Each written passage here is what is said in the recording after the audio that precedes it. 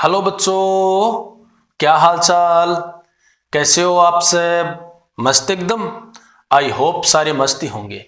तो बच्चों, आज हमारा कोऑर्डिनेशन कंपाउंड का लेक्चर नंबर 9 है। आज के लेक्चर में हम मेटल कार्बोनिल्स में बॉन्डिंग पढ़ेंगे। बच्चों, हमने लास्ट लेक्चर में स्पेक्ट्रोकेमिकल सीरीज और कोऑर्डिनेशन कंपाउंड्स कलर क्यों शो करते हैं इसके बारे में पढ़ा था। अगर वो लेक्चर आपने नहीं देखा है तो मैंने डिस्क्रिप्शन में उसका लिंक डाल दिया है, आप वहां से देख सकते हो।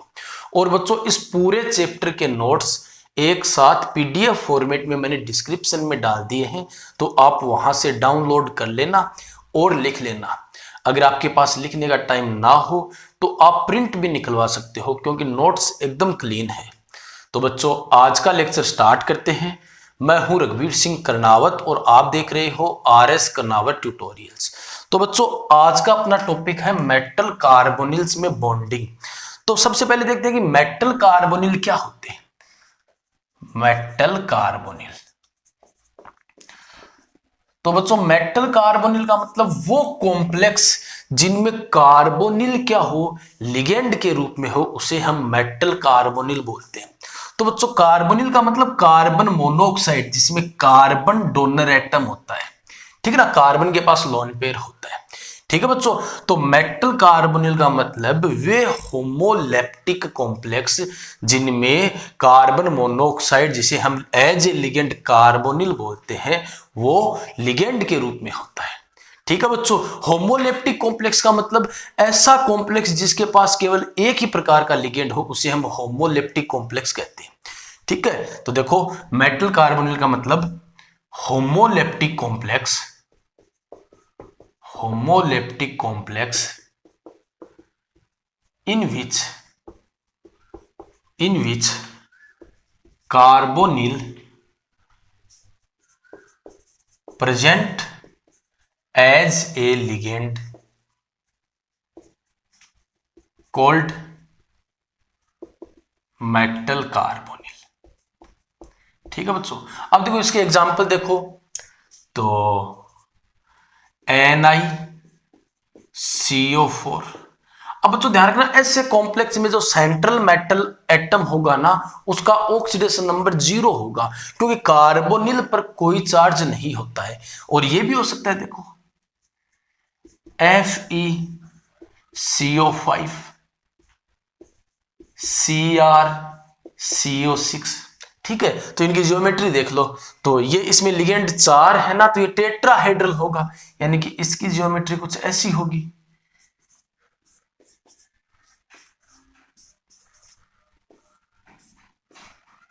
टेट्राहेड्रल ज्योमेट्री कैसी होगी बच्चों? Tetrahedral geometry. इसमें लिगेंड 5 है, तो ये ट्राइगोनल बाइपिरामिडल होगा। कहने का मतलब 3 कार्बोनिल तो एक ही प्लेन में होंगे, और एक प्लेन के ऊपर होगा और एक प्लेन के नीचे होगा। तो देखो ऐसी होती है ट्राइगोनल बाइपिरामिडल ज्योमेट्री। तो देखो ये जो 3 लिगेंड है वो तो है एक ही प्लेन में, एक होगा प्लेन के ऊपर और एक होगा प्लेन के नीचे। और इसमें 6 लिगेंड है, यानी कि ये ओक्टाहेड्रल होगा। ओक्टाहेड्रल का मतलब 4 लिगेंड तो स्क्वायर के रूप में एक ही प्लेन में, एक लिगेंड ऊपर और एक लिगेंड नीचे। तो ओक्टाहेड्रल ज्योमेट्री कैसे बनाओगे? पहले तो आप स्क्वायर बनाओ, ये लो स्क्वायर बना लिया। तो 4 लिगेंड तो होते हैं स्क्वायर के रूप में एक ही प्लेन में, एक लिगेंड ऊपर और एक लिगेंड नीचे। ठीक है बच्चों, तो मेटल कार्बोनिल समझ गए क्या कि वे कॉम्प्लेक्स, वे होमोलेप्टिक कॉम्प्लेक्स जिनमें सीओ यानी कि कार्बन मोनोऑक्साइड है ना, जिसे हम कार्बोनिल बोलते हैं, वो लिगेंड के रूप में होता है, उसे मेटल कार्बोनिल बोलते हैं। अब बच्चों अपना मेन टॉपिक है कि इन मेटल कार्बोनिल में बॉन्डिंग कैसी होती है। तो बच्चों ये बॉन्डिंग समझने के लिए आपको इस लिगेंड के बारे में पहले समझना होगा कि इसमें कैसी स्ट्रक्चर होती है। इसमें आपको मॉलिक्यूलर ऑर्बिटल थ्योरी समझनी पड़ेगी, तब जाकर के मेटल कार्बोनिल में बॉन्डिंग आपके समझ में आएगी। तो बच्चों ध्यान से समझना। तो बच्चों अब देखो, बॉन्डिंग इन मेटल कार्बोनिल। तो देखो मेटल कार्बोनिल में बॉन्डिंग समझने के लिए आपको लिगेंड को समझना होगा। लिगेंड मतलब अपना CO कार्बन मोनोऑक्साइड। तो इसकी स्ट्रक्चर समझिए पहले। तो देखो कार्बन मोनोऑक्साइड में एक तो कार्बन और एक ऑक्सीजन। अब बच्चों कार्बन के पास वैलेंस शेल में कितने इलेक्ट्रॉन होते हैं? 4 इलेक्ट्रॉन होते हैं ना। तो ये देखो 4 इलेक्ट्रॉन। ऑक्सीजन के पास वैलेंस शेल में कितने इलेक्ट्रॉन होते हैं? 6 इलेक्ट्रॉन होते हैं। तो ये ऑक्सीजन के 6 इलेक्ट्रॉन।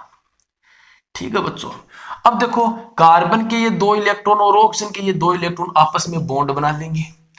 तो ये लो, ठीक है, ऑक्सीजन के पास 2 लोन पेयर रहे और कार्बन के पास 1 लोन पेयर, क्योंकि इनने तो बॉन्ड बना लिया ना। ठीक है बच्चों। अब देखो बॉन्डिंग के जो इलेक्ट्रॉन होते हैं ना वो दोनों एटम के साथ काउंट होते हैं, यानी कि ये 4 इलेक्ट्रॉन कार्बन के साथ भी काउंट होंगे और ऑक्सीजन के साथ भी काउंट होंगे। ठीक है बच्चों। अब अगर हम कार्बन के इलेक्ट्रॉन काउंट करें तो कार्बन के टोटल इलेक्ट्रॉन कितने हो रहे हैं? 6 हो रहे हैं ना, जबकि ऑक्सीजन के टोटल 8 हो रहे हैं। यानी कि ऑक्सीजन का ऑक्टेट तो कंप्लीट है, लेकिन कार्बन का ऑक्टेट बच्चों कंप्लीट नहीं है, क्योंकि कार्बन के पास 6 इलेक्ट्रॉन ही हो रहे हैं। इसलिए कार्बन का ऑक्टेट कंप्लीट करने के लिए ऑक्सीजन अपना लोन पेयर दे देता है बॉन्ड बनाने में, और कार्बन मोनोऑक्साइड में ये 3 बॉन्ड बन जाते हैं। तो ऑक्सीजन के पास भी 1 लोन पेयर और कार्बन के पास भी क्या होता है बच्चों? 1 लोन पेयर होता है। अब बच्चों ऑक्सीजन ने अपना इलेक्ट्रॉन दिया है, यानी कि ऑक्सीजन के पास इलेक्ट्रॉन डेंसिटी कम हो गई ना, और कार्बन ने इलेक्ट्रॉन लिए हैं। इसका मतलब कार्बन के पास इलेक्ट्रॉन डेंसिटी बढ़ गई। इसीलिए बच्चों कार्बन अपना लोन पेयर डोनेट करता है, क्योंकि कार्बन के पास इलेक्ट्रॉनों की अधिकता है, ज्यादा इलेक्ट्रॉन है, जबकि ऑक्सीजन के पास इलेक्ट्रॉनों की कमी है। ऑक्सीजन के पास इलेक्ट्रॉन डेंसिटी कम है, जबकि कार्बन के पास इलेक्ट्रॉन डेंसिटी ज्यादा है। इसलिए कार्बन अपना लोन पेयर देता है, ना कि ऑक्सीजन अपना लोन पेयर देता है। तो बच्चों कार्बन मोनोऑक्साइड की मतलब कार्बोनिल लिगेंड की स्ट्रक्चर समझ में आई क्या? चलो अब देखो कार्बन मोनोऑक्साइड में हम करते हैं MOT, molecular orbital theory. Molecular orbital theory का मतलब जिसमें एटॉमिक ऑर्बिटल मिलकर के उतनी ही संख्या में, सेम नंबर में मोलिकुलर ऑर्बिटल बनाते हैं। मोलिकुलर ऑर्बिटल 2 टाइप के होते हैं, एक तो बॉन्डिंग यानी कि कम एनर्जी वाले, और एक एंटी बॉन्डिंग यानी कि ज्यादा एनर्जी वाले। तो बच्चों ये हम मोलिकुलर ऑर्बिटल थ्योरी पूरी तो 11th क्लास में पढ़ते हैं, तो इसमें करते हैं बच्चों, ध्यान से समझना। तो अब आपको ये तो समझ में आ गया ना कि सेंट्रल मेटल एटम को लोन पेयर कौन देगा? कार्बन देगा। कौन देगा बच्चों? कार्बन देगा। अब देखो मोलिकुलर ऑर्बिटल थ्योरी समझ लेते हैं, उसके बाद हम बॉन्डिंग स्टार्ट करेंगे मेटल कार्बोनिल में। तो बच्चों कार्बन है और ऑक्सीजन है। कार्बन का इलेक्ट्रॉनिक कॉन्फ़िगरेशन होता है 1s2 2s2 2p2। ऑक्सीजन का इलेक्ट्रॉनिक कॉन्फ़िगरेशन होता है 1s2 2s2 2p4। ठीक है बच्चों।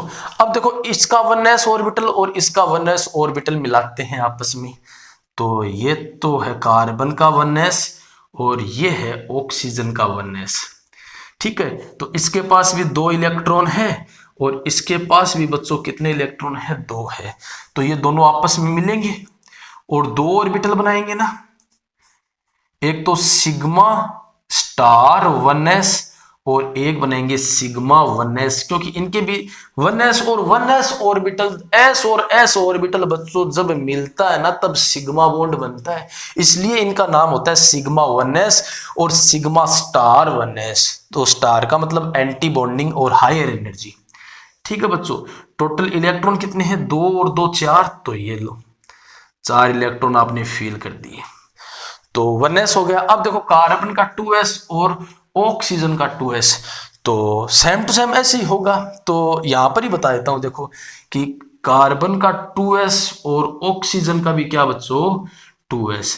तो s और s मिलकर के सिग्मा बॉन्ड बनाएंगे, तो ये सिग्मा 2s और ये सिग्मा स्टार क्या हो जाएगा बच्चों? 2s। तो यहां तक की कहानी समझ गए ना आप। अब रही बात p की बच्चों, तो वो आपको ध्यान से समझना है। ठीक है बच्चों, उसके बाद हम बॉन्डिंग पढ़ेंगे कि किस प्रकार बॉन्डिंग होती है। तो बच्चों आप देखो दोनों के p ऑर्बिटल बनाते हैं, तो ये तो देखो कार्बन के p ऑर्बिटल हो गए। तो p सबशेल में कितने ऑर्बिटल होते हैं? टोटल 3 होते हैं ना। कौन कौन से? px py और पी जेड, और सेकंड सेल है तो ये 2px 2py और 2pz। और बच्चों इलेक्ट्रॉन कितने हैं, 2 इलेक्ट्रॉन हैं, तो एक और ये 2। अब बच्चों देखो ऑक्सीजन के p ऑर्बिटल बनाते हैं, तो 2px 2py और 2pz। इलेक्ट्रॉन कितने हैं, 4, तो 1 2 3 और ये 4।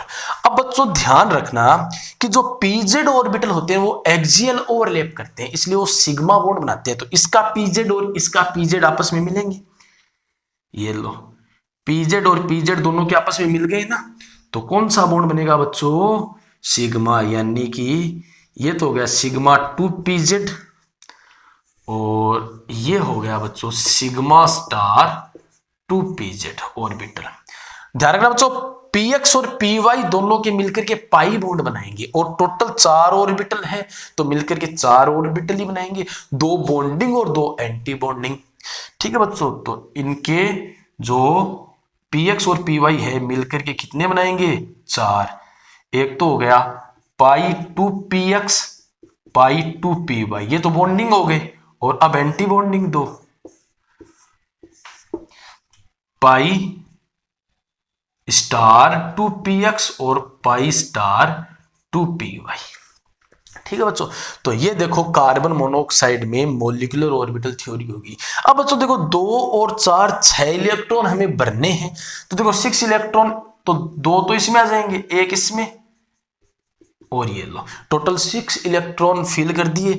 अब बच्चों इनके पास ये ऑर्बिटल्स खाली होते हैं, यानी कि कार्बन मोनोऑक्साइड के पास pi star 2px pi star 2py और सिग्मा स्टार 2pz ये ऑर्बिटल खाली वैकेंट होते हैं।